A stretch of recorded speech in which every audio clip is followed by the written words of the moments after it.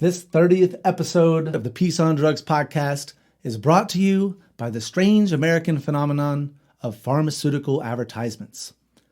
We are one of only 2 countries that allow it, and the only country that allows this sort of psychological manipulation when it comes to side effects and exaggerations of effectiveness. If the medication works, then doctors can do their research and then inform their patients. Why are drug companies informing patients who then ask their doctor? This seems backwards. But it's done this way because convincing people that a drug may fix them is the best strategy to push product. They start with telling you your symptoms and showing you someone's suffering. Do you have trouble sleeping? Or irritable bowel syndrome? Or do you suffer from anxiety? Perhaps anxiety over an irritable bowel that is causing insomnia. Then they tell you a brand name of some sophisticated yet soothing sounding drug, a name that was test marketed for maximum sellability.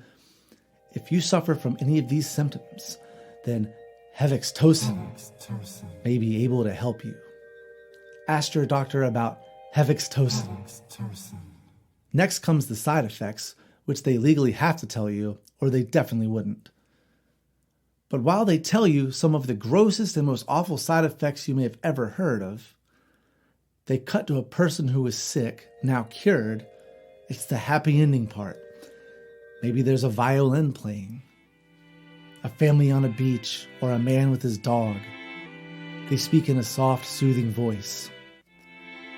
Hevixtocin may cause severe anal bleeding, dry mouth, and loss of hair. If you have a family history of high blood pressure, Hevixtocin may cause stroke, heart attack, and not so spontaneous combustion simultaneously.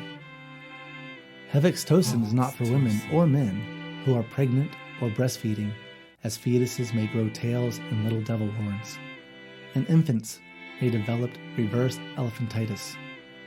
This is where the head stops growing, but the rest of them keeps growing. Hevixtocin's name was formed by combining the word for the mother bonding neurotransmitter oxytocin with the word heaven, because 1 out of 10 who take Hevixtocin will end up there prematurely.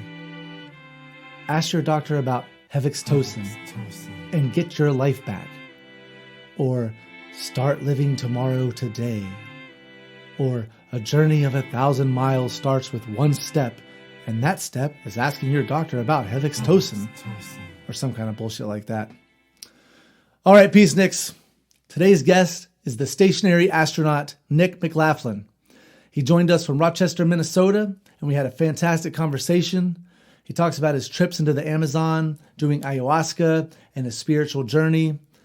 We talk reincarnation and the afterlife and the war on drugs. We cover some ground. Check out his podcast, The Stationary Astronaut.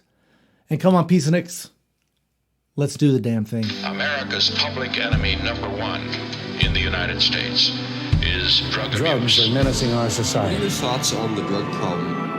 I had a great time doing drugs. So tonight, from our family to yours, from our home to yours, thank you for joining us. This is the Peace on Drugs. All right. We in this?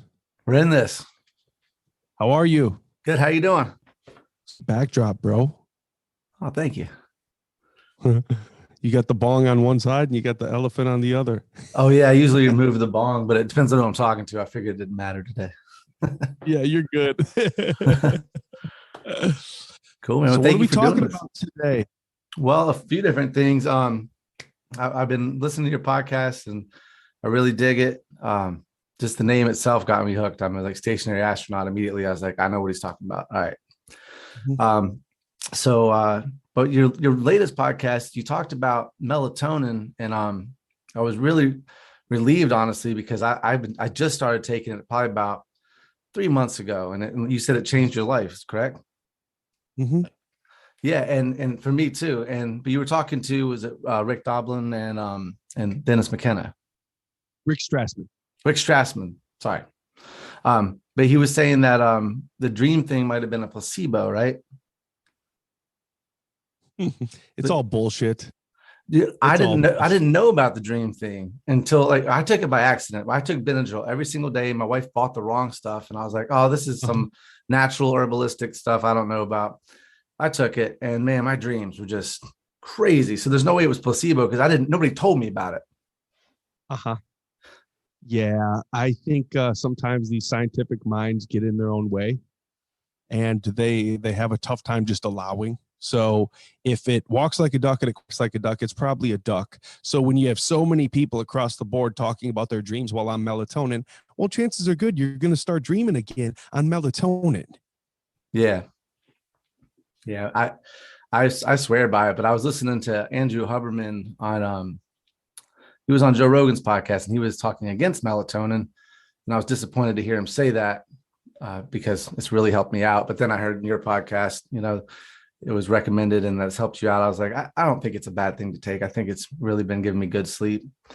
And it's also it's like the serotonin is its precursor. So it's it's almost like the neurotransmitter for sleep, the way that serotonin is for our wakefulness. So I think that's probably one reason it affects our dreams, and found that fascinating. I feel rebooted, and I heard Andrew Huberman talking about it as well, and it was in regards to its effects on dopamine, and almost like it's creating a new baseline for your dopamine. Well, you don't need to take melatonin maybe during the weekends, or you don't need to take as high of dose as you might think you need. So there's ways to play with it. And I think everyone needs to just use their own tempo as their baseline, as opposed to, even what some of these doctors are saying, because if your life is being affected by lack of sleep, well, by golly, do what you need to do to be able to get sleep, because you start getting into the psychosis realm if you don't sleep. So sometimes people just need to do what they got to do to sleep. And if it helps you, good. Exactly. And I do think that lack of sleep is worse than whether you're taking melatonin or even Benadryl. I don't know about Ambien. I used to take Ambien. I think that was a it wasn't that I wasn't getting good sleep, but it's extremely addicting. You miss one day, you don't have your prescription refilled in time, and you get zero sleep. So it was even worse. Really? Yeah, it was a bad addiction, but easy to quit. I just took a little less each night, and then I was done with it. Mm-hmm. But congratulations. Thank you. So really what I'm really excited about talking about is you just got back from the jungle, correct? I go to the jungle frequently, but I didn't get to go on my December trip because Daddy caught COVID. Oh, no. So I was not able. It was mild. I did what I needed to do to get through it, but I wasn't going to do that to the old South America. I'm vaccinated, so technically I could have went without having to get tested, but I thought that would have been very selfish, so I didn't go. But my friends who I sent down still went, and they had changing experiences, of course. But I'm always keen to talk about my experience down in the jungle. I did go down there twice in 2021. Yeah. Tell me a little bit about that, because I've never done ayahuasca. Mm-hmm. I've done DMT multiple times, but I really have had some profound experiences on that, but they're very short. So explain to me and my listeners a little bit about that. So people who smoke 5-MeO DMT, I compare that to smoking cannabis. Now, I'm not talking about the effects. I'm talking about how it hits you. It's being processed by your lungs, quicker acting, right? Mm-hmm. Drinking ayahuasca is like eating an edible in regards to how it reacts with your body. It's got to go through your liver to get to your bloodstream, right? Mm-hmm. That would be 5-MeO experience when you drink ayahuasca. And take your visions you have on DMT and prolong them. Give a little bit more meaning, because oftentimes when smoking DMT, it's so intense, and it's like a very intense dream state, to the point sometimes it's hard to come back with the information. Obviously, you'll have those things that stick out for you, but I couldn't elaborately explain to you my first ever 5-MeO experience. Mm-hmm. I can tell you some bits and pieces, but I can't go through the night for you because it was so quick and it was so intense, and it did what it's supposed to do, right? With ayahuasca, man, there's so much more spirit tied to it. And this is someone I'm a 5-MeO facilitator. I'm trained to facilitate Sonoran Toad. And I'm someone who like is hesitant. I don't facilitate for just anybody with it because honestly, I don't think the world is ready for it. Ayahuasca, as I don't agree with every Tom, Dick, and Harry should be drinking this stuff. I do not agree with that at all. I believe the spiritual aspect to drinking ayahuasca and the process, the travel down, the working with maestros, the getting to know your facilitators and having that bond, I think that is just as powerful as going through, say, 4 or 5 ceremonies throughout a week. The calling that you get from it, I don't know if you've ever heard my story in regards to, I was a former criminal. And I was always getting in trouble. There wasn't a fall for like 5 years that I wasn't arrested. I was a double felon by the time I was 18. And I got locked up in Minneapolis in 2010 on 10-10-10. Talk about living in the Matrix. There's this guy who's locked up in Hennepin County Jail with, I was there for a couple months, and there's this guy, his name was also Nick, and he was going away for 20 years for attempted murder on like 9 sheriff deputies. He was selling a bunch of cocaine, living very fast, and he took his assault rifle and he heard them coming up his stairs and he was shooting through the wall, didn't hit one of them, but still had to do his time, right? This guy was so zenned out. And one morning I asked him, I was like, dude, you're about to go away for 20 years. You're the same age as me. I was 23 at the time, 22, 23. And you're about to go away 20 years. How are you dealing with this? You're so zenned out. You're up in your cell, just meditating all day, every day. What is it, man? The next morning at breakfast, he brings me down this book, and it was the book DMT, the Spirit Molecule. So sure enough, I spent a few days reading it, and I was just drawn in. I knew I needed to be in the jungle. There was just something with how Rick described the auric fields of the vegetation, not even being on psychedelics, and just the energy down there. And of course, the movie Avatar was a big sell as well. So fast forward, 2014, I finally get off papers. I had been on papers since like 2005. So I finished up. I did 9 years of a 15-year felony probationary period. They let me off early because I did everything I had to do. I was a model citizen. I was sober. They let me off probation. I immediately, as I was leaving the second floor of the courthouse, I went to the main floor. I got my first ever passport. That passport comes in about a month and a half later. So it was the first week of January 2015. That day it came in the mail. That night I sent Aubrey Marcus a message. Him and I had correspondence in the past, so I wasn't sure if he was going to get back to me or not, but we had shared correspondence prior. Sure enough, the next morning I'm walking into my dead-end job at this factory out here in the Midwest, and Aubrey messages me back, "Oh, brother, that's so cool," because I had told him I'm a gringo. I don't speak Spanish. I want to go do ayahuasca. Just got my first ever passport. Send me where to go, bro. Sure enough, the next morning, he's like, "Oh, brother, that's awesome. I'm so excited for you. This is where you need to go." So sure enough, I didn't know how I was going to pay for it. I'm just a broke factory worker at the time. And sure enough, February 19th rolls around. This is a month and a half after Aubrey told me where to go. I still had no idea how I was going to get there, but I had this appointment with a Brazilian psychic named Jurema Silva. Got hooked up with her. She didn't know me from Adam. Okay. My girlfriend at the time was there right with me, man. It was middle of the winter, cold as shit. And sure enough, midway through this session, this Brazilian psychic, Jurema Silva, just gets this deep feeling within her. She's like, "I need to write this down. You belong here."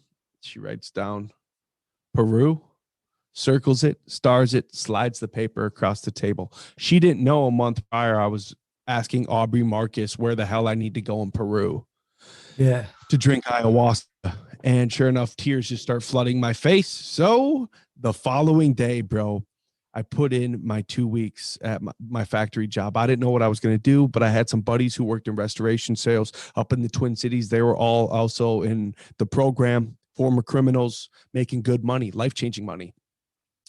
they said it's a great way for a degenerate to make life-changing money. So that's what I did.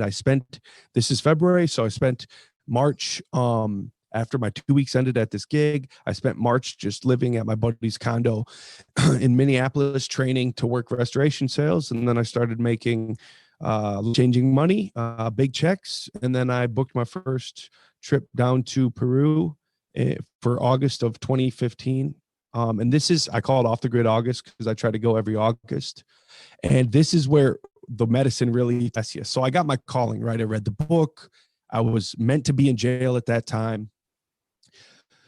4 years come around, I get off probation, and then I end up getting my first ever passport, and you're just being tested along the way.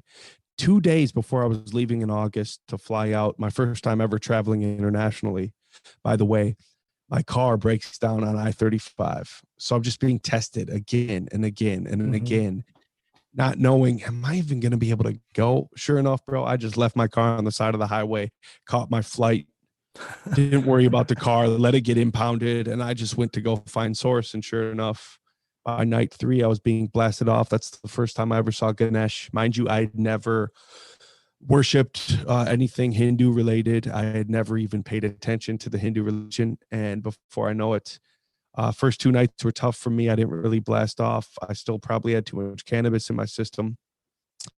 And then, by night 3, they were taking me to see the promised land, and my life will never be the same. And now I'm lucky enough to work with these same healers on a professional level, invest in them with my company, and I'm able to just continuously go back down.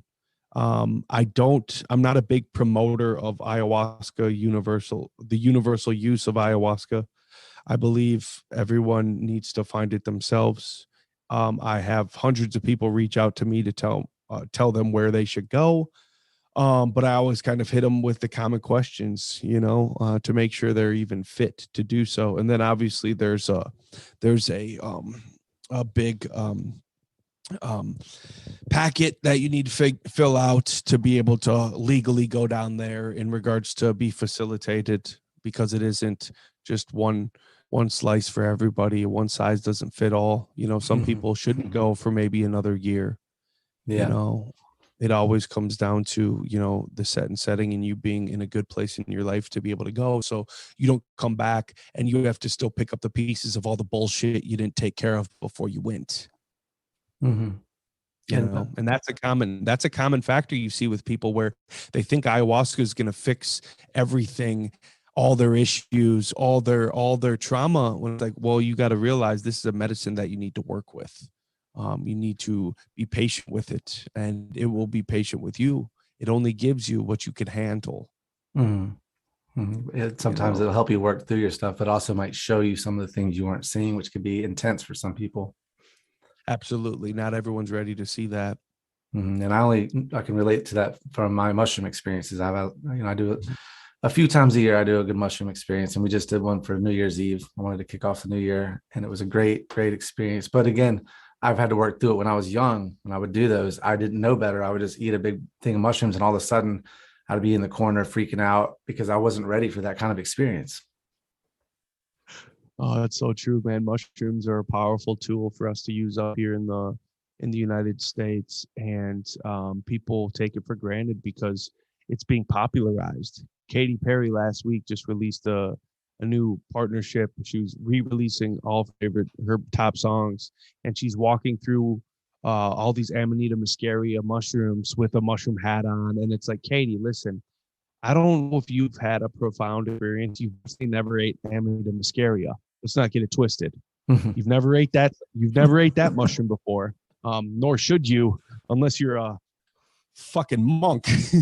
And more power to anyone who does eat it. But it's gnarly, you get really sick. And but with mushrooms, I tell you what, ayahuasca actually has really reshaped my relationship with magic mushrooms. I used to take them kind of disrespectfully as a party drug. But once I started really diving deep in the world of ayahuasca and that medicine and modality, I come back, and like you, I only have a few profound experiences with them a year. But the thing is I respect them so much. I'm the type of person to eat them by myself. I don't want to be around other people. I want to be able to reach my Zen state and be by myself and do the personal work that it takes. Because the thing is with psychedelics, people like taking LSD and going to a festival. Okay, I hope you get out of it what you're seeking, where there's some mind connection and stuff like that. But the thing is you cannot control other people's personal set and setting where they are in this moment, because there's probably some darkness involved. You go to a Fish concert. First time I ever took acid was at a Fish concert. And I kind of wish I didn't do that, because there's a lot of traveling hippies who are leading dark lives, and it's not all hunky dory. It's not all peace and love in their existence at that time. And I'm over here taking one of the most potent psychedelics in the Western world. And, I'm out of my element. I'm around thousands of people in Chicago, for crying out loud. Luckily I survived it because I stacked a little MDMA on it. But the thing is it's not something. I've been eating psychedelics for over half my life. I wouldn't wish that on my worst enemy if you've never done anything, but yeah, man, like I tell you what, you can have some profound experiences in groups, especially with like ayahuasca at a controlled psilocybin setting. But you can also have some catastrophic experiences if not everyone's shit is together within the group, if you get my drift. And I think that's why it's important that we have places like Dance Safe and these groups that do come in and help people through their problems at these festivals. But in this country, they're getting kicked out of a lot of festivals because the festivals actually get in trouble if they admit that they know there's drug use, so they kick them out.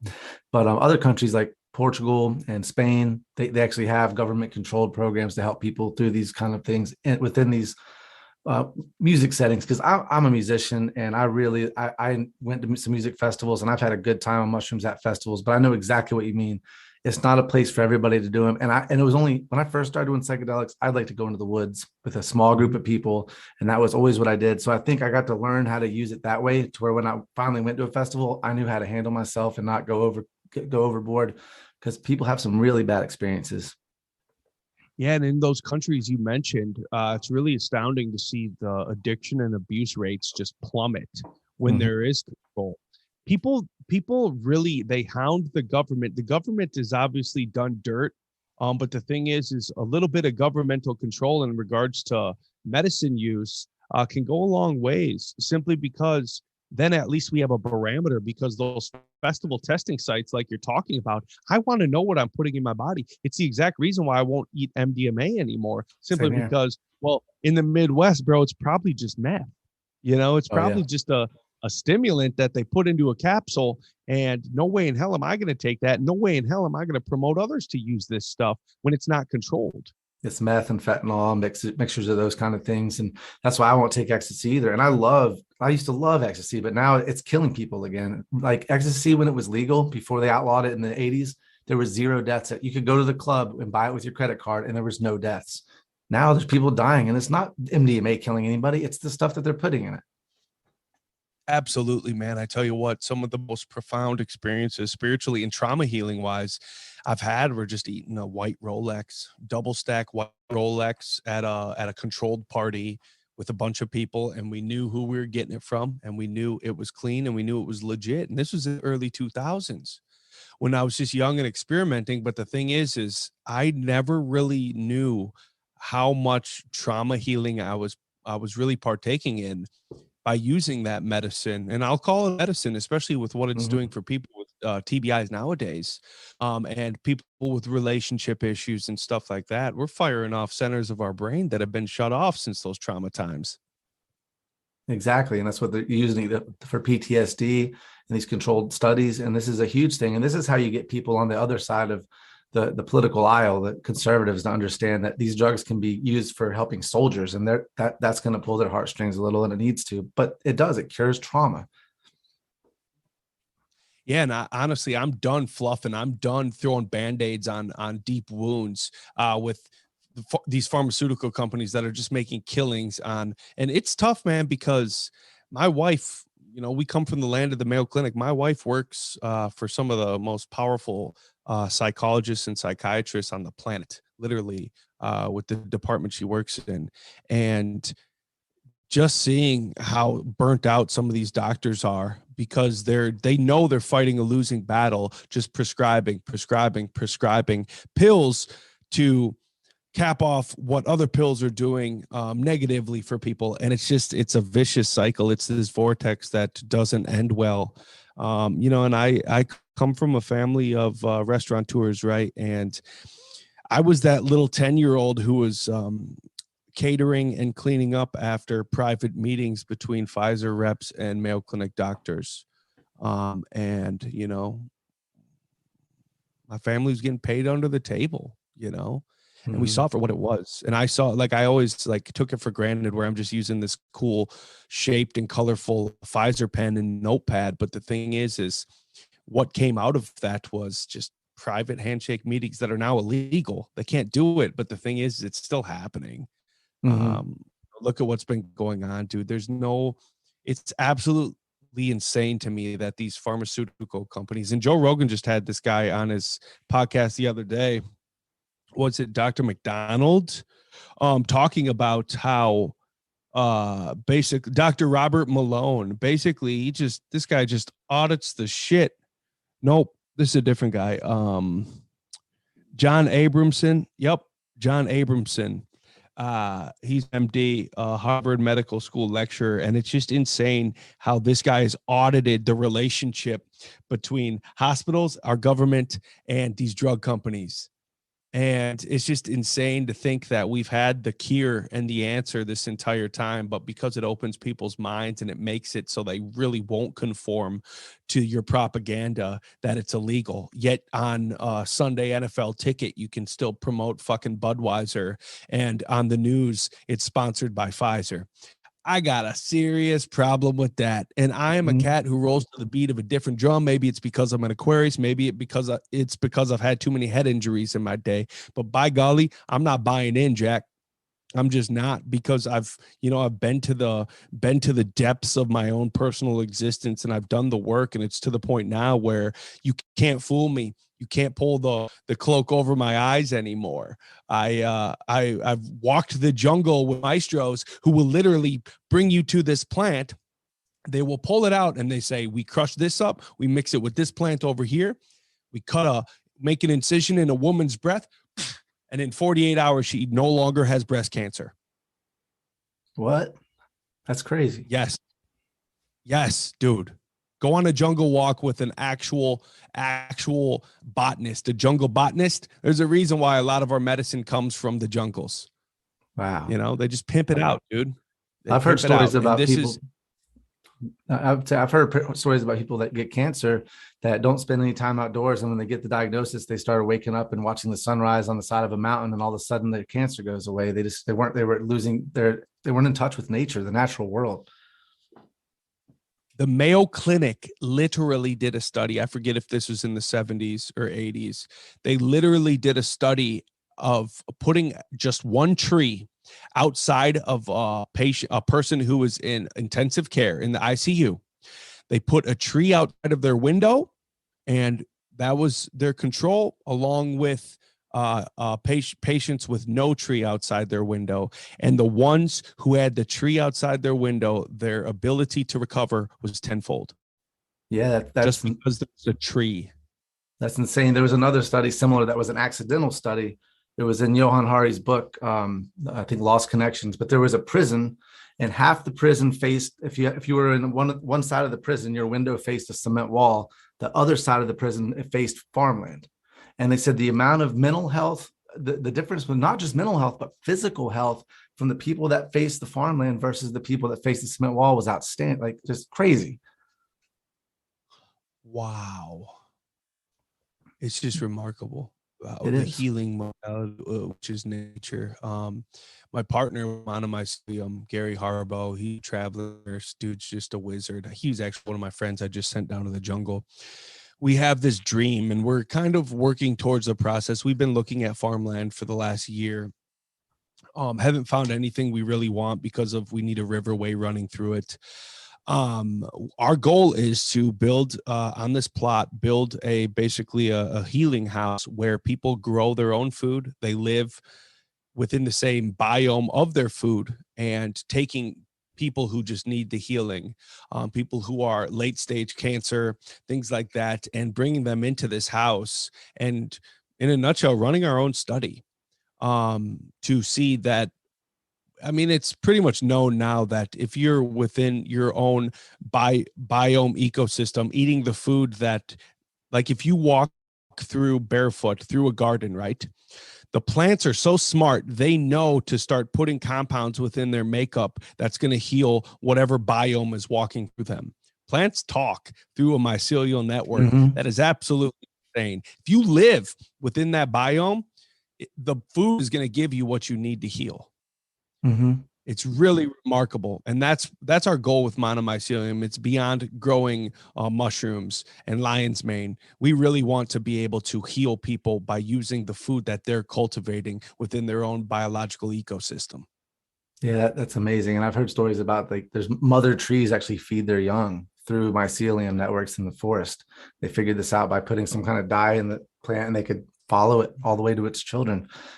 It's absolutely insane. I listened to some of that podcast, Gary Harbo. It was fascinating because talked about the gut biome and feeding the wrong one. And I feel that because when I eat, I mean, I've been trying to eat very healthy. The one thing I've had trouble with is alcohol. And you did talk about that with psoriasis. I have psoriasis. So my New Year's resolution, I haven't drank in a few days and already feel better, or just in general. But let's go, baby. It ain't easy being a musician. Yeah, especially playing out at the bars and stuff right now. And that's all I do. But also being around when you're sober around drunk people, it makes it a little easier because you're like, that's what I look like when, don't realize it. Yeah, it's fun. It's fun on both sides. It's fun to partake and experience and share some laughs with close people. But it's also fun to realize what clarity really looks and feels like. And when you have that clarity, it's almost something you never want to give back. And it's something to always strive for. And I think that's why profound. I have been microdosing lately over the past month and a half. But the thing is I really like deep, profound mushroom experiences. Now, I'm really a big fan of them because I also like to do cold therapy. I have a cold tub on my deck, and I love to take some mushrooms and kind of push my mind's boundaries and really dive deep, and then go into my sauna and just do it again, and then do it again, and then do it again. And to see the clarity that comes out of it, it's actually, it's very, very similar to not drinking for, say, a year or two. Really? The kind of clarity you get. Yeah, it's really powerful. I've not heard of the cold therapy. I've done the float centers and stuff like that. And cryogenics, my buddy does that. He's went to a few of those, but as far as like you mean like ice bath sort of? Yeah. So it's just, it's all about anti-inflammation and, reaching a parasympathetic state by using breath work to pretty much push out the pain or discomfort. And once you reach that, you're kind of in the Zen state. You're connected to a source greater, reminiscent of my psilocybin use post ayahuasca. So I always tell people there's life before ayahuasca and there's life after. Psychedelic use really takes on a whole new meaning post getting your chakras aligned and completely blasted off by drinking ayahuasca in a controlled setting with professionals.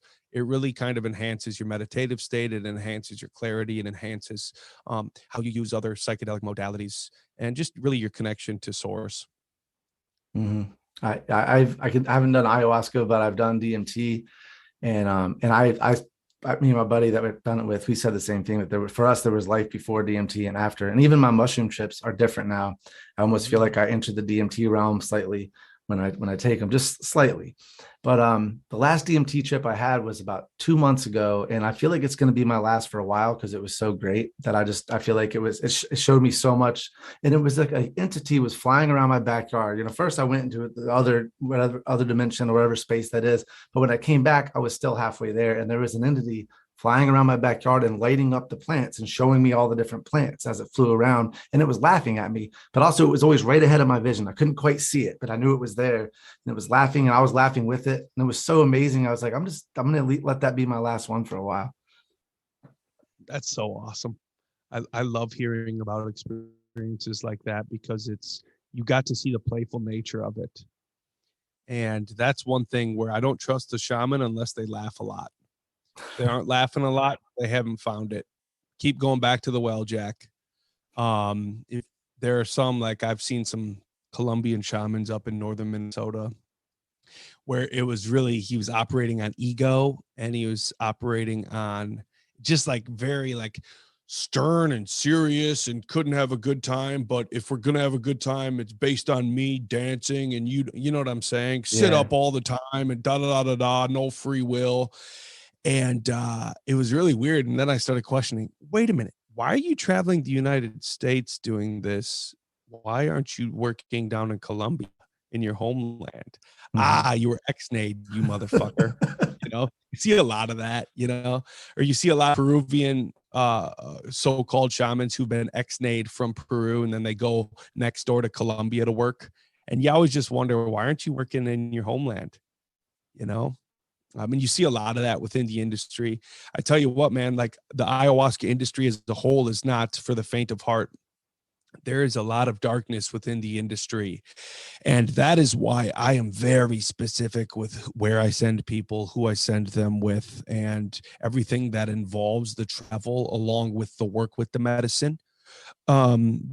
Because I have seen some things. I've seen how some centers work, and you wouldn't wish it on your worst enemy, especially when you're playing with spirit. This is why I don't think kids like 19-year-olds should be going to Coachella to smoke a DMT vape pen. I'm so against that. It's not even funny, because you're playing with spirit. You might not ever come back, Jack. You're already not going to be the same person, because it is going to be a profound experience. But the thing is everything that goes along with it, you're not in a controlled setting.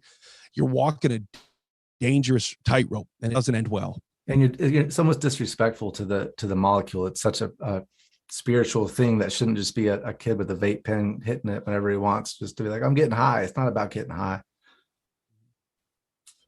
And I've had some cool experiences at some shows though, where I feel like I'm a huge Flaming Lips fan, and when I go see them play, I feel like their singer is like a Western shaman. Like he gets in the ball, he crawls over the crowd, he shakes his fist like we've made it, but there's a certain darkness to him, but also a levity. He's back and forth. That man Wayne, right? Yeah, Wayne Cohen. Yeah, my cousin brought me to see him at First Avenue, and I tell you what, it was an experience to see. I was sober.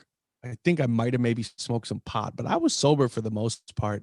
And to see how Flaming Lips puts on a show, it's really remarkable. We got to film at a Wookie Foot festival this past summer, and it was very similar with their setup. It was a little bit more psychedelic than even what Wayne did, but getting in that ball, man, it was just it was interesting to have him walking across my hands in a show setting. It was pretty cool.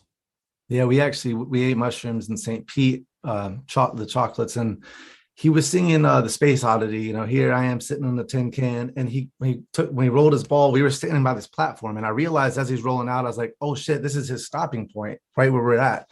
So he stopped right where we're at, and we sat, and I looked up, and I'm holding him as he's singing about sitting in a tin can while I'm tripping balls, looking right at him. It was absolutely amazing. One of the best concerts I've ever been to. Yes. And that is the power of it, man. Like when you're in the right setting and you're using the medicine, it's so cool because Source was working with you, and that was meant to happen for you that night. Definitely. I also wanted to ask you about something you said earlier. So you said you saw these, was it Krishna or Shiva when you in the jungles, you saw some of the Indian gods? Yeah, it was really interesting because as I told you, it was Ganesh, but Ganesh, that's right. my car broke down. So this was night 3. So less than a week prior, my car broke down in Minneapolis, right? It was in just a dark period of my life. Yeah, I was making some money, but the thing is I was not really even being successful with it, even though I was collecting some checks. But Ganesh came through to me and just telepathically talking to me in regards to, I am going to remove these barriers of currency for you. I'm going to open up the floodgates for you because you deserve it. You've worked extremely hard. You've taken risk, and you were willing to do what it takes. Hence the reason you're here. And she was just telepathically working with me and working through me. And then I came back, man, and I set my pride aside. As I was still collecting checks, I never had more money in my life. I went and I set my pride aside. I got back. Actually, it was my last day in Peru. I was in Iquitos. I was tapped into the Wi-Fi, and I applied to be a janitor at my old middle school. And at the day I landed a couple days later, they gave me the job. So I was going from the jungle, and then a week later I'm starting, because it's the end of August. School's about to start up. I'm about to be a janitor at my old middle school. Literally, some of my old teachers were still there from the 90s. Wow. And it was so funny because it was just all about setting ego aside. Yeah, I might have 20,000 in the bank or whatever, but I'm still mopping these floors, still shooting hoops, playing dodgeball with these freaking kids, and just started, like, if I was going to do something, I was going to do it great. So I started I created the Golden Dustpan program within the school district. So what that means is you're incentivizing these classrooms to clean up their own classrooms. One, it makes your job easier, but two, you're instilling purpose within these kids, because then I would choose a classroom every month that would win the Golden Dustpan, and then they'd get Oreos and Kool-Aid to start the next month because they won, right? But the thing is so we can talk about ayahuasca all we want, but that's just partial. The work begins when you get back. Mm-hmm. It's all about, how are you lifting people up? How are you bringing people together, filling your purpose that I would hope you eventually find by using these plant medicines. Now, Ganesh comes through, right?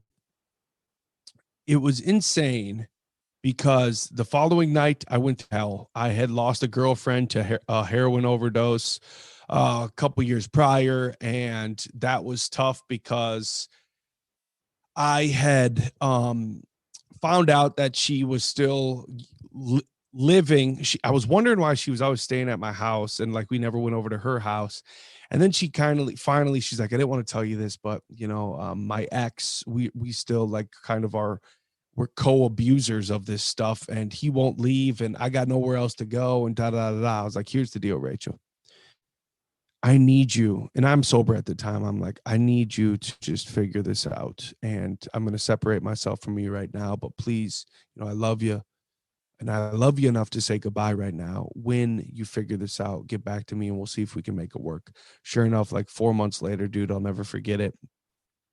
It was a Monday night. She texts me. I'm on my deck writing, and she texts me, hey, I just wanted to, rekindle things. I moved in with my mom. I'm sober. I'm doing good. Can we please make this happen? And sure enough, we kept talking. And then by that Friday, I'm getting a call from a friend that she was found dead in her old bedroom at her mom's house. And that fucked me up. And it fucked me up to the point where I didn't know how bad it fucked me up.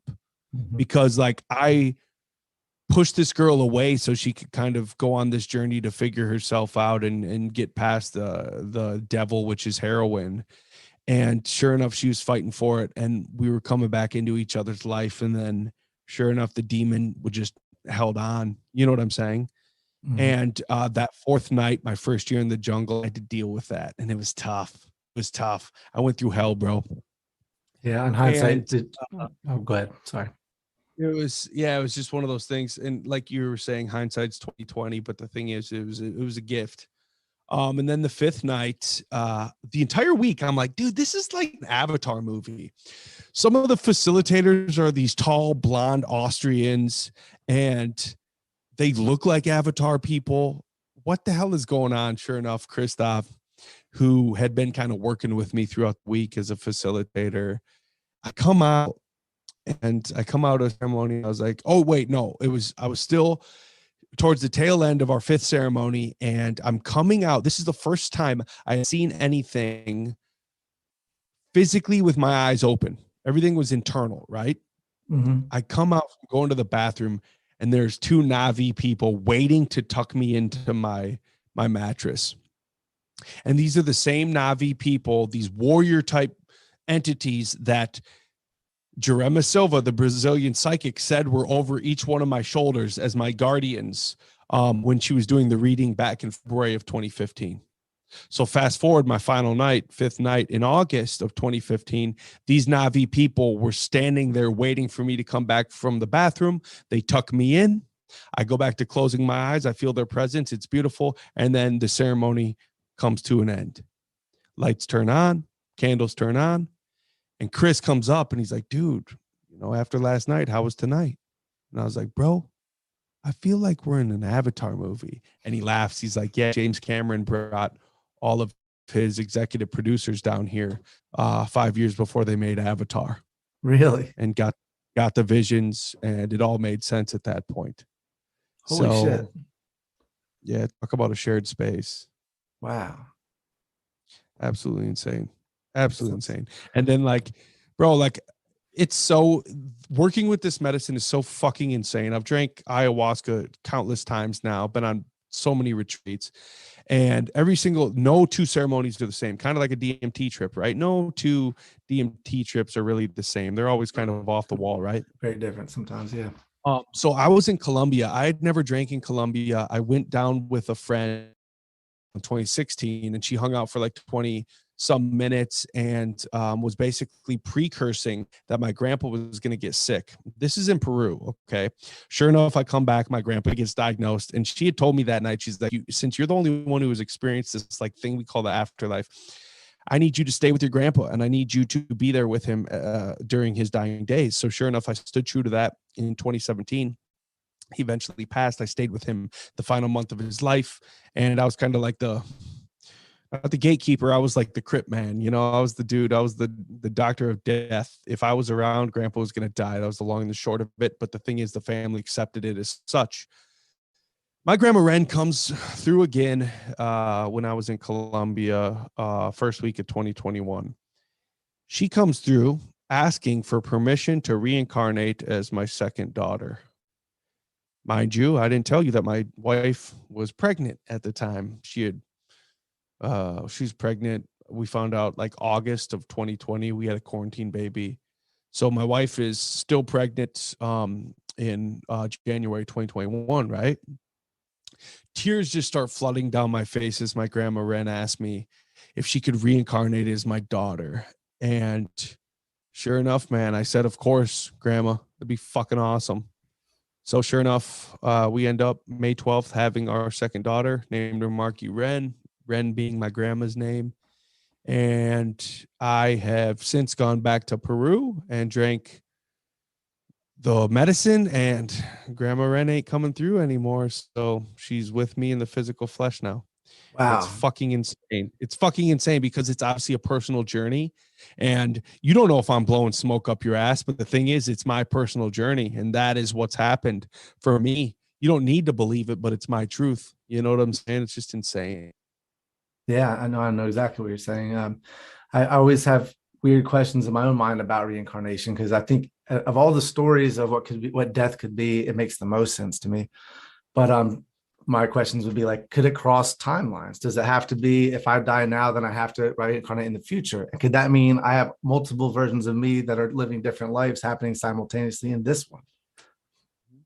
Quantum physics, baby.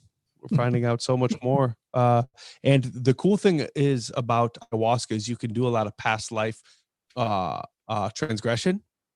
So my second year in the jungle, I set some intentions. I wanted to find out my spirit animal, and I wanted to do past life transgression and kind of go back, figure out who I was, where do I come from, right?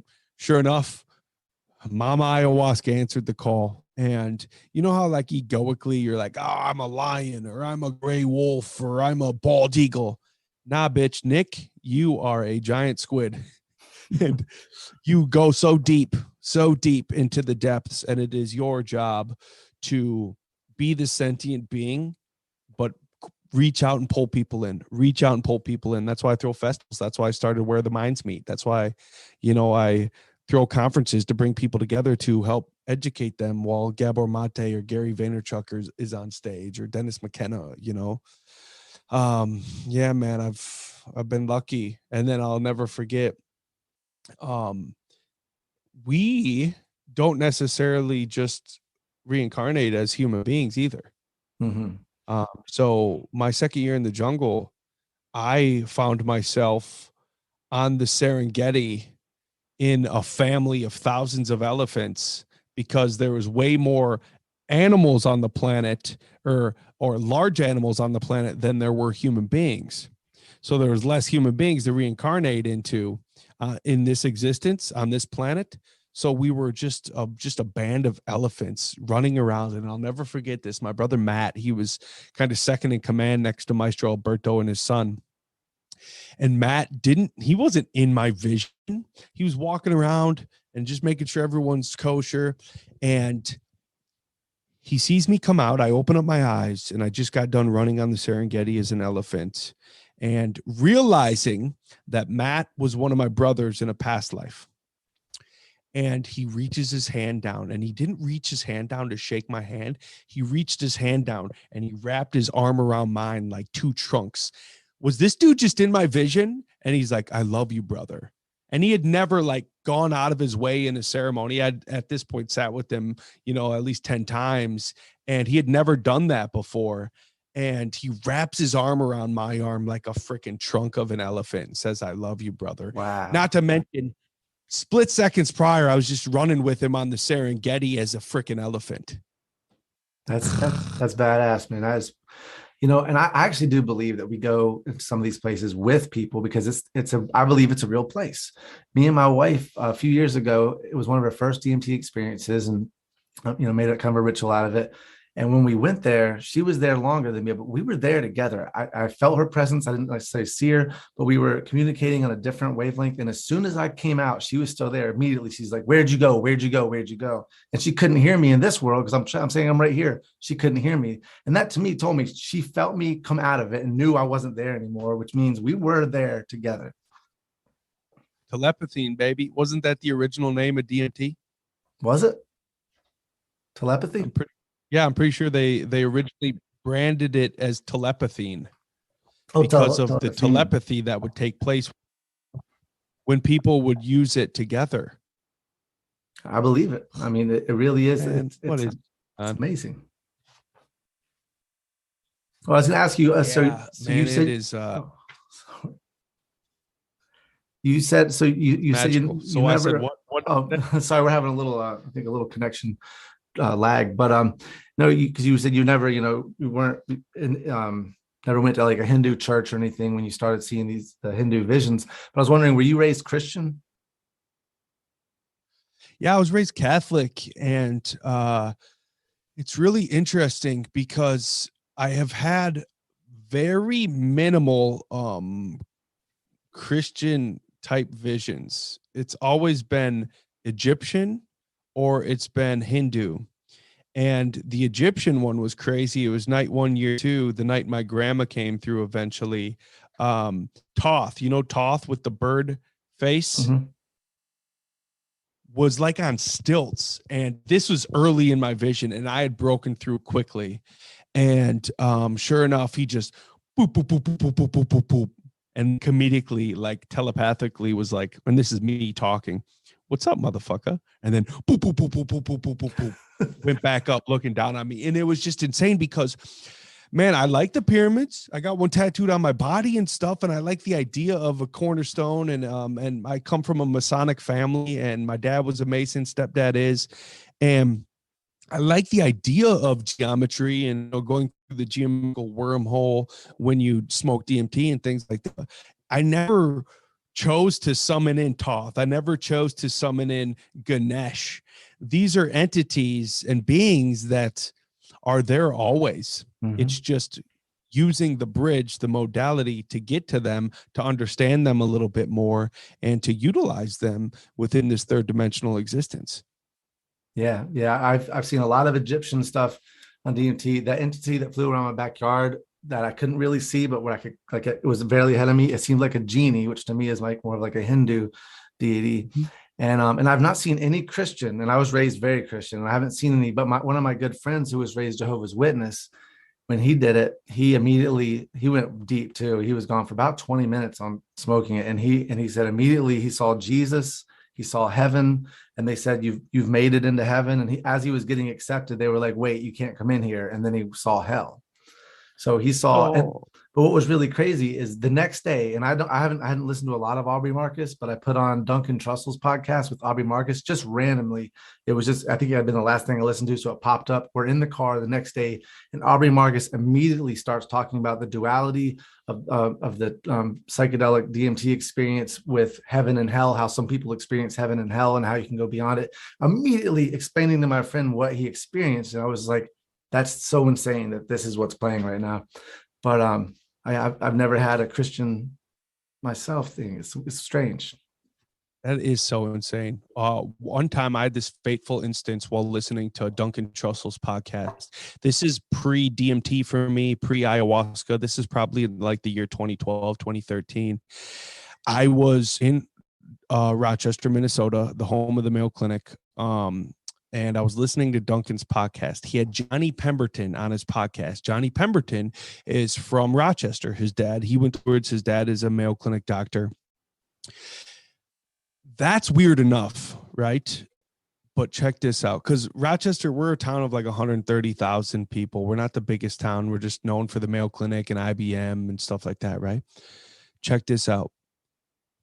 They were talking about the Silver Lake Bridge that I was on. I was literally on the Silver Lake Bridge, and it's not a big bridge, bro. While I was listening to Johnny Pemberton on Duncan Trussell's podcast on my way to Hunt's Drugs to pick up a prescription. I shit you not. Wow. Yeah. It was absolutely insane. Talk about fate. Talk about like, well, I am basically, I must be in the right place at the right time going to get these meds at the time being. I forgot what I needed them for, but it was just insane that they were talking about the same bridge that I was on at the time. It was just crazy. It's crazy when these little things happen that make us really do feel like there is a matrix and there is a connection that's a lot deeper than what we understand. I always consider it like a mycelium as an analogy with our consciousness, that we're like the mushrooms. Like when you see 5 mushrooms sprouted up in different areas on your lawn, they're actually all part of the same thing. You just don't see it. Our consciousness might be somehow connected below the surface where we don't see that. All we see are the mushrooms that are sprouted out all around us. But there's another thing happening that is beyond us. Yeah, man, there is. Have you ever practiced sun gazing? Mm-mm. So sun gazing, and I'm going to butcher this a little bit. I haven't read up on the complete process, but this is how I read it and how I learned it and how I practiced it.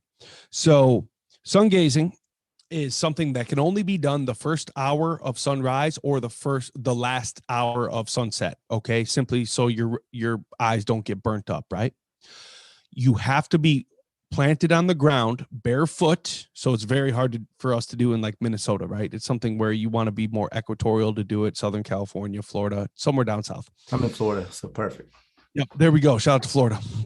Sun gazing. So first hour of sunrise or last hour of sunset, so your eyes don't get fried. You have to be barefoot on the ground. Okay. What you do is you go up by want to say it's only 10 cents a day, and you do it for 9 months. And however the math shakes out, you end up at like 44 minutes or something like that. But anyways, you do it every single day, and you can do it at sunrise or sunset. It's very hard for someone to do it every single day. It's very hard. But this is how you reach Christ consciousness. So it gets to the point where the light is now your energy source. So it's basically your food. You only need water now. And that's basically what people talk about when they reach Christ consciousness. They're literally sun gazing and looking into the eyes of Jesus every single day, which is the sun, the Son of God. That's extremely really fascinating. Yeah. I'm gonna have to research that. It's called sun gazing. Yeah. I'm going to research that for sure. So you go up 10 seconds a day. So first 10 seconds is easy. Next day, 20, 30, 40, 50, 60 seconds after 6 days. And then you just keep going. And then I think you end up at 44 minutes and you do it. And man, I tell you what, there's something magical to it. I did it, I think, for like 2.5 months during one Minnesota summer. And beyond anything, just the commitment to do it. I think because you're waking up early, you're planting yourself with the ground. There's a deep spiritual connection with it. And the reason I brought it up, the mycelium network and mushrooms growing. So if mushrooms are showing their head, that's a telltale sign for something that's going on in your yard. And that's something that's very interesting because our ancient ancestors just knew this. They were so deeply connected to source, which is, we're animals, right? So if you believe in the long-term play of how we got here, well, comets had to blast into the side of our Earth and biology had to play its role. And then long-term animals come about, we come about. If you believe in that, light obviously played a role, but it took catastrophe, right? And I think that's what we're starting to realize now. As catastrophe happens on our planet, we are really being forced to reconnect to nature because it's all we got, Jack. It's all we got. It's 100% true. I mean, we are products of the earth. I mean, I assume, right? There's also theories that we could be some kind of alien consciousness, but as far as we know, we were born from this earth and we will go back into this earth. And that's all we are, is extensions of the earth, which is an extension of the sun. I believe in both. Yeah. As crazy as it may sound, I think we have definitely been worked on a little bit by powers greater than ourselves, advanced transdimensional beings. And if you've ever smoked DMT, you understand that you can astrally project to places. I've had that happen where I astrally projected in a dream state while on psilocybin after a wedding. I had only been back from the jungle the first time. This is in 2015. We went to a September wedding at a friend's place, and then we all ate mushrooms in our wedding cake. And then that night, bro, I was just astrally projecting around my mom's neighborhood. It was insane, just flying from tree to tree to tree. And it was like a waking dream state. It was really cool. But anyways, talking about these transdimensional beings that I have no business talking about, once you experience, like, say, avatar people who are coming down from a different dimension to tuck you back in, you can say, okay, Nick, you were on one of the most potent psychedelics known to man, or maybe I was more connected than I've ever been before, to the point that they show up. Yeah. You know what I'm saying?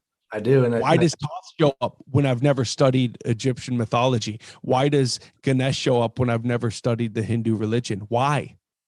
Exactly. No, I think if it was all in my own mind, I would have seen more Christian mythology because that's what I was raised on. I wouldn't have seen mythologies that I didn't understand. So I definitely think there's something to that. And, when you read books like Aldous Huxley's book, The Doors of Perception, he looks at our brain as basically a valve that shuts off reality to keep us in survival mode. We have to be able to forage for food. If we're constantly in an interdimensional space, well, then we're not going to be able to focus on survival. So when you take psychedelics, it kind of loosens that valve and goes, all right, here's what's really going on. We'll let you see it for a little bit, and then you're going to go back to reality. And I think psychedelics do that. They actually, turn off the brain as far as, what it does to stop reality from coming in. It opens it up to more of what's going on. That's been the big thing about when they study the brain with people on ketamine, when they study the brain of people who are on these psychedelics, things are being opened up. More of the brain is being used than just in a normal waking state. So don't give me this that isn't real. Maybe it's realer than we can even perceive. Exactly. No, I 100% believe that. It's just not conducive to, like I say, to hunting, gathering, and doing these things that you do in every day. Nobody would eat mushrooms constantly and then go, whatever they're doing for their job. You don't want to be focused. But when you have time off from that, you can really experience the universe in a different way, a more profound way, more spiritual way, I guess. Yeah, man. And you brought up hunters and gatherers. Dennis McKenna personally told me this on a podcast down in Costa Rica. He's like, dude, they were using magic mushrooms to enhance their sensory output so they could go easily take over and find food, So Stone ape theory, right? Yeah, stoned ape theory to help their frontal cortex grow, but they were using these modalities and these magic mushrooms to find food. Yeah, and actually, I think it might have been almost a microdose thing because I would think back then, if they were foraging things that they didn't quite understand, they wouldn't be like, "Oh, let me just try this mushroom. If it kills me, it kills me." No, they would try a little bit to make sure they don't get sick, and a little bit would be like, "Hey, I feel a little more focused." And then they might take a little more. Eventually, they might lead to a big trip, but they're going to start by microdosing, and that's what's going to help them hunt. That's what's going to help them refine those, bow hunting skills or whatever that they're using it for. Yeah, I mean, like hikers and climbers and the natives in Nepal using cordyceps mushrooms. They've been using these for millennia, and I think we're just catching on just because we can go order it on Amazon now. But man, I tell you what, the future of just mycelial use and mushroom use is going to be insane. And I think the telltale sign is when Katy Perry's walking around in a music video with a fucking Super Mario mushroom cap on her head. That tells us where the feng shui is headed, if you get my drift. I do. And I think it's funny that the manada, or whatever you say, muscaria mushroom is always the go-to for a psychedelic because it's beautiful and everybody recognizes it, but it's not the one anybody's eating. No, I've never had the experience, but everything I've heard from people on Rogan talking about it is it's a strange, it's not a psychedelic, right? It's a more of a, some other kind of. I think it can produce some psychedelic effects, but the thing is you don't want to go through the nausea, and it kicks you into the dirt when you consume it. I don't know. I've never experienced it. I've obviously heard people talk about it, but it's definitely not a pleasant experience. Yeah, well, there's theories though that it's possible that there was ways to prepare it that have been lost, that weren't passed along, that maybe the older cultures did know how to prepare it the correct way, and we just lost that. Or it's also changed slightly genetically, where it's not quite the same as it was 1,000 years ago. Because I've heard that. Yeah, because if you look at our history, it's a very popular, seems to be more popular throughout history than it is in actual, used in cultures today. So, yeah, and I mean, back in the day, they didn't have the ability or the wherewithal to be able to. They had to take what they could get. You know what I'm saying? Yeah. And that's probably why a lot of people in the northern hemisphere used mushrooms, while people in the southern hemisphere were using ayahuasca. Yeah, and they used what they could get, exactly. And that was interesting in the book Guns, Germs, and Steel, of how different cultures happened. It was all about what you had access to. And the biggest thing was, of course, animals that you could train. And in a lot of places, I think dogs were the only one universally trainable all around the globe. But a lot of other places, if you could have horses and mules and things like that to work the farms for you, then excellent. But it's strange to me. I was listening to one of your podcasts, and they were talking about, somebody was saying, what was it? Fuck your garden. He said, "Oh yeah, oh fuck you, I'll build a better garden." Basically, us, the way, the agricultural revolution was our middle finger to God. Like, we can do a better job, as if we, as monkeys with slightly intelligent monkeys, could do a better job than Mother Earth. So we're gonna manipulate her. We're gonna change her. Like, I've heard that the agricultural revolution was the biggest misstep humanity's ever took. Would you think there's some truth in that? Yeah, so I see it from both sides. Obviously, I feel that way. I think we shot ourselves in the foot in regards to look at what it's doing to disease. Also, I have friends who work for Monsanto, and they're like, "Nick, here's the deal. We're painted as the big bad wolf, but guess what?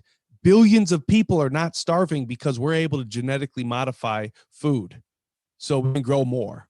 So I know there's this preconceived notion or conception that we are the big bad wolf and we kill people and we're the big cause of disease. Show us the science, but the fact of the matter is we're feeding a lot of people. But the thing is man, you start diving deep and you follow the money. Well, these guys hamstrung farmers, especially in the Midwest here where we come from. Monsanto came to the valley I grew up in the Mississippi Valley in 1994. And that was the year my dad died of, kind of a fucking weird cancer that they didn't know. And then my grandma died. And then a few years later, my grandma, who also she lived on the Zumbro River, which is in the Mississippi Valley. She died of the same cancer my dad died of. So it's just weird it's super weird. You never know, but at the same time, like the future is growing your own food because your biology is running rampant through it to allow it to be a medicine because you're living right next to your medicine, as opposed to big ag farm jobs where you're disconnected from the food you're eating. But that's the past, and it's the future. That's why, wealthy people love to have their own land and their own greenhouses and stuff like that. And I think that's something where we should really start looking deeper into. Well, you don't need the biggest plot to have your own greenhouse on your property. Just sacrifice some of your fucking lush green yard. Yeah, I like that you said that. I just started gardening because I read Michael Pollan's book and he was talking about gardening. I was like, I need to get more in touch with the earth. And I just started an herb garden, growing spinach and jalapenos and basil and stuff like that. And are you able to, there's no season for it? You can just grow whenever, I suppose. No, there's a season for the stuff I'm growing right now is from like right now through May. And then I think there's and then I'll just figure out what grows the next season. And it's definitely because I'm Southwest Florida, so it stays pretty hot. Today we have a nice cool day. It'll be a high of 70. So that's great. Okay. But what's up, man? Yeah, but now, like we said about Monsanto's being the enemy, I was watching something, I think it was on like Penn and Teller, but have you ever heard, I think his name was like Norman Borlaug or something like that. He was the first guy that started the NGMO all around the world. And they said, we talk about Jesus, all the people that were saved from Jesus. He goes, this guy's no one's ever heard of. And he saved literally billions of people's lives, going to farms in Mexico and helping them with their grains, and then going to India and helping them with their grains and getting them to, but through GMOs though. So I'm sure there's a lot of money involved, but. Yeah, it's, I only know what I know. I don't know everything. And I don't even know where to begin because, man, I tell you what, like Dr. Zach Bush is really kind of changing my life around, my understanding towards just our microbiome, our gut health, as well as just kind of our connection to source and how we're trying to, we're getting really disconnected by processed foods. And I grew up in a family where my mom would be like, anything you buy that's not on the outside of the grocery store is disease filled. Yeah, I've heard that. And I believe that for the most part. There's a few things you can get your honey and stuff like that in the middle, but that's about it. There's no, I've been eating very organic, and I've noticed a huge difference too. Honestly, like if I go on a road trip, a lot of times I'll do fast food just because I'm in a hurry. I'm like, screw it, McDonald's won't hurt just one day. And I feel it on the trip, on the ride up. It's just like all of a sudden I'm tired. I don't feel good. I'm like, that food is what's nourishing my body. My body's like, this isn't good. We don't need any of this. Oh man, you feel like a true piece of shit if you eat McDonald's. Honestly, that's the bottom of the barrel, dude. Bottom of the barrel. No, thank you. Yeah. Dude, no way, Jose. Yeah, from now on, I'll just bring some nuts and berries and stuff like trail mix with you, so you don't have to pull over at one of those places. Bring some nuts. Let me get some nuts. Funny. Hey, so one thing before I get you off here, I just had it might not be a quick question because it's a huge topic, but because my podcast is about the peace. It's called The Peace on Drugs. It's about the war on drugs. That's my main focus. I'm big into psychedelics, or I should say not big into them. I think that they're great because you don't do them all the time. They're kind of, like you said, they're teachers. But I've been doing, because of this podcast, most of my work is actually turned into the opioid crisis, which at first I went into this with the thought that anybody who's addicted to opioids needs to first thing, try to get off it best you can, get off the stuff. But as I'm researching and talking to people, I'm starting to see it differently. And like I just had David Poses, the author of The Weight of Air, on, and he thinks heroin should be as available as alcohol. He's like, if alcohol is available, why can't I go get my drug of choice? And also, people that are addicted that are dying right now on the streets wouldn't be dying if they could go get heroin safe as they do in Switzerland. But you called it with your friend, and I don't necessarily disagree with you. We like this, the demon heroin, but we also talk about the demon rum. These, for a lot of people, are demons, but for some people, they're also cures for different ailments, trauma. What are your thoughts about the opioid crisis, or have you thought much about it? Well, I've thought so much about it, and I think we already touched on this a little bit. All this stuff should be legal, simply because the numbers don't lie in places that they have legalized. Crime has plummeted. Deaths from drug use has plummeted. Addiction rates plummeted. So you want to talk about being able, like we have a severe homelessness crisis in the United States. It's absolutely insane. Just talk to anyone who has fled Los Angeles in the last year and a half. They will inform you. The billions of dollars that are spent on the homelessness crisis, when they're off the beaten path, they're not doing it correctly, because first and foremost, if we got rid of the war on drugs, well, the prison guard unions don't like that very much. The police forces, who are sworn to protect us from the big bad wolf, they don't like that too much, because it keeps them fucking employed. Let's just call it what it is, right? Yep. So beyond, I think no matter what, if you can look at peer numbers and it says addiction rates plummet, crime plummets. Well, what's a leading cause of homelessness? Mental health issues. So if we started redistributing the money elsewhere to actually take care of people's mental health, and to not cross our fingers that they're not going to go do illicit drug use when they are, oftentimes because they're to self-medicate, because there is no rhyme or reason or a solution that they're being provided with. So if you start looking at the brass tacks of things, well, the war on drugs is a failed war that was never meant to end, right?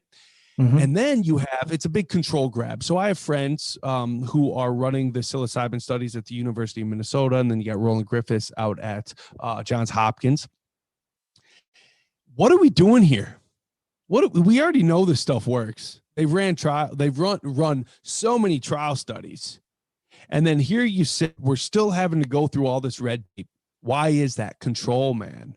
So you think big pharma is just gonna give it up that easy? No, dude. They do the same thing with the vegetation, or the modalities, that the compounds that they come back from the Amazon jungle with, right? All they do is they just rewrite the code a little bit, and then they distribute it as their own happy pill or their life-saving pill. You know what I'm saying? They're just fucking thieves. All they are is they're new age conquistadors they don't care about the well-being of individuals. No, money comes from sickness. Yeah. Keep them sick. Keep You don't them want to eating carry a lot of unhealthy. treatment. Yeah, man, it's tough, because I have friends who are doctors who are enslaved to the Mayo Clinic, but I also have friends who have gotten off that beaten path, where they're running their own clinics, and believe it or not, they're just cash clinics, So if you want to come get helped, your insurance will not cover this off the beaten path modality, but by golly, it works. So right now, you got to pay for it, but out of pocket. But the thing is the future is so bright in alternative medicine. I think we are going to graduate from the capitalistic side of Western medicine, and we're going to marry the two. The medicine before Western medicine that we know of, and then what it's going to be in the future. And I think we're in a really good spot, because there's a lot of money to be played with. You also have venture capitalists like Tim Ferriss, who I think he threw a couple $1 million at Roland Griffiths and his study. Or he might have thrown it at MAPS for MDMA. I want to say it was for psilocybin research. But the thing is you have venture capitalists who are about it. I asked Gary Vaynerchuk on my podcast that I did with him back in 2018. I asked him, had he ever done any psychedelics? And Gary is someone who he compiles content, because we have multiple videographers there that day. He compiles content, and then he releases it as such when the time is right, right? Sure enough, I'm getting blown up a couple months ago. Dude, he finally released, we released the podcast, but he released this specific segment when I asked him about psychedelics. And that's because, man, the future is in psychedelics, in those modalities, in that research. It's just, how can we coddle and cater to big pharma, who's going to want to pimp it out? Like right now, you basically have to, it is borderline impossible to get into the ketamine research, ketamine study at Mayo Clinic. So what did I have to do? I had to go to an alternative practitioner here she's in the Mississippi Valley, and she owns a clinic, and she's just a phlebotomist by trade, but she got her license. And with her, it's much easier to get into the study. Same thing with like hyperbaric chambers. Dude, you basically have to be on your deathbed to get into the hyperbaric chamber room at Mayo Clinic. That's fucking sad. when we all know what hyperbaric oxygen therapy is doing for people with TBIs, for people who have sleep issues, for people who have all sorts of blood issues. It's pathetic, man. There's so much red tape. And I think the war on drugs, sorry, long story short, I've kind of come around the back door like Snoop Dogg in Chronic 2001, where the war on drugs has failed. The war on drugs is big game and you ain't in it. The war on drugs is meant to employ and keep private prisons alive. You know what I'm saying? Thankfully, some states are finally banning private prisons. My old probation officer specifically came to Minnesota because we didn't have private prisons. He came from Wisconsin. So, I mean, it's dark when there's incentive to lock people up, man. That's fucking new age slavery, dog. It really is. And it's awful. And it's awful for people on probation, because I was on probation a few years ago for a simple pot possession. And I had to go to all these classes and take drug tests. And I was like 32, I think, at the time. So I was old enough to know, like, all right, I got to do that. I have to be a part of the system. I have to play by their rules or I'm going to be fucked. And these young kids that were in the class with me, who failed a drug test, that means a violation of probation, back to jail for smoking pot, means they're right back in the system. Now they have to pay more, do more classes, take more drug tests. The system is designed to keep them inside of it. I'll tell you a story from the inside as well. I got locked up. My PO was finally sick. I'd never failed a piss test, but he was so fed up with me pissing clear. I was diluting my piss. I would wake up early in the morning and I'd drink a lot of water because I was committed to my craft, right? So he finally had enough. He locks me up, and he locked me up. I was in the bullpen with this young black kid who was wearing a suit. I was dressed up in probably a sweatsuit. This kid's dressed up way better than me, and I was talking to him. He just got locked up by the same probation officer, and he got locked up because he got a haircut because he had a baby on the way. He was trying to find a job. On his paperwork, he is subject to hair follicle testing. Guess what? Olmsted County doesn't conduct hair follicle testing. It's subbed out, and they never do it. This kid got locked up for getting a haircut because he had a child on the way and he was trying to find a fucking job. This young black man. Now, that is the war on drugs in a nutshell. You're locking up good people who are trying to fucking get a job, who are trying to do what you want them to, right? Hold down a 2-parent household, raise a child, what's expected of him.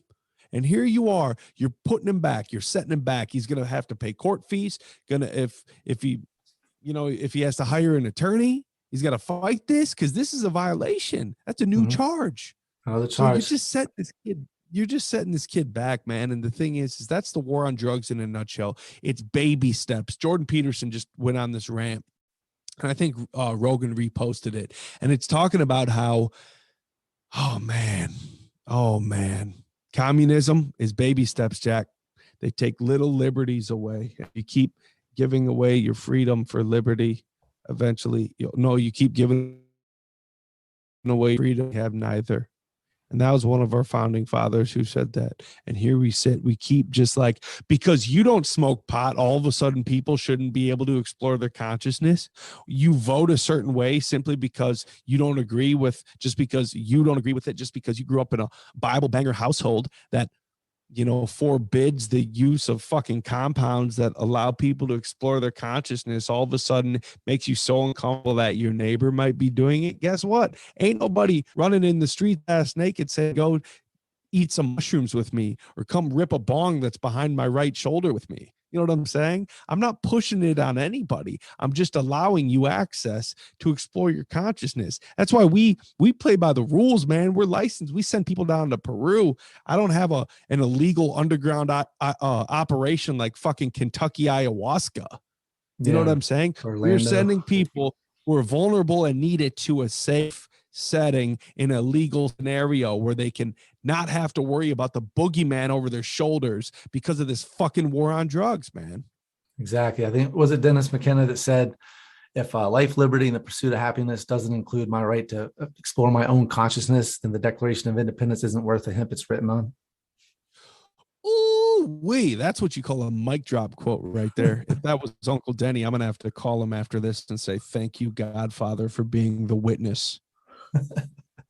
Yeah, man, it's the war on drugs has been awful, and also it doesn't work, right? The DEA, if its job is to solve the drug problem, then its job is to put itself out of business, and it's not going to do that.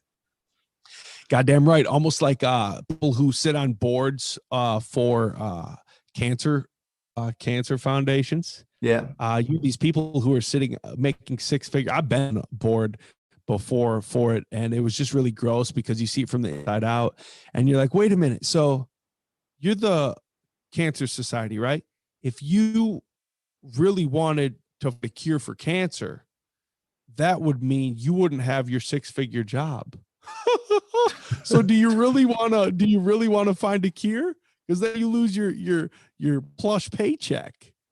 Oh man, it's so gross how we kick the can down the road. You see it with the DEA, right? They love buying new equipment. They love kicking doors in. It's what pays them. So keep these drugs illegal. Oh, let's keep the heroin and cocaine pipeline open with Mexico. Let's just keep criminalizing drug users and drug sales. Are you back? Yeah. I keep losing you. I heard you say something about my Zoom. If I actually up my Zoom package, that would make my connection better. No, your connection's just terrible. Yeah, I have the highest one I can get here with Comcast. No shout out to Comcast. No shout out to Comcast. Yeah, we're sitting on that 200 meg up here in Minnesota, baby. Yeah, I wish they would get fiber in this neighborhood. We don't have an option for it yet. Hopefully it's coming. But sorry, you were on a roll, man. I was digging it. But yeah, the idea that we have a perpetual problem with the war on drugs that's not going away. They don't want it to go away. It was there was a conservative economist in the 90s. It was Milton Friedman. He said, if you look at it from a pure economic standpoint, the purpose of the drug war is to keep the cartels in business. So we're not fixing anything. Yeah, and I don't know if we got cut off, but my point was that if they legalized cocaine and heroin mainly, they would cut off the head of every cartel known to man. The cartels would have to pivot and actually start doing God's work.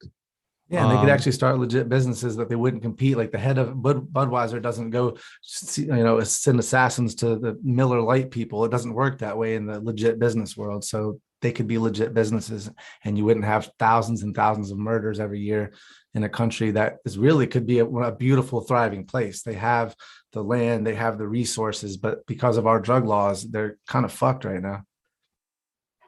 Yeah, it really interests me once you start getting into the more controlled distribution of this stuff where you know what you're getting, it's pure. Dr. Carl Hart talks about his just, flippant use of cocaine and heroin on a Friday night with some friends. And I'm a fan of that. I might not ever use cocaine ever again. But the thing is, if it was pure and I was with my friends out in the hills of California and I knew where I was going to be for a weekend, it's fun to do if it's pure because you don't feel like shit the next day. It's like when Molly was actually Molly, where it was a single molecule and it was pure. That's where it's like all those people talk about how down they felt or their headaches and stuff. It's like, nah, man, when it's really good, you don't have to worry about kind of the after effects, when it's pure. Exactly. And that's one cool thing happened in places like Barcelona, where they're allowing so much testing for free that they're seeing street drugs go up to about 95% purity because people can't sell bullshit. Mm-hmm. So, can't sell bullshit anymore. Yeah. Oh, yeah. So our plan is next time Radiohead goes on tour, I'm going to see him in Barcelona so I can get some good ecstasy. Yo, I'll meet you there, bro. Let's do it. Fuck yeah. Hey man, well, it was really great talking to you. I guess we'll wrap it up, man. We're heading out to St. Pete for the next 2 days to visit my sister. Okay, well, I hope you have a safe travel, and I hope you get that glow out of your family, and you deserve it, man. Hey, thank you so much, and thank you for doing this, man. It was really great talking to you. It was great. I love your podcast, and I love what you're doing. Peace on drugs. Thanks for reaching out, brother. I love it. All right, man. Cool. Thank you. Yep. All right, later. All right, peace, Nicks. Hope you enjoyed that as much as I did. Remember, follow us on Twitter at The Peace on Drugs, Instagram, Facebook. If you like what we're doing, go on iTunes or Apple Podcasts, give us a 5-star rating. Go to www.thepeaceondrugs.com, subscribe to our newsletter. I'm going to let Twiggy Branches take us on out.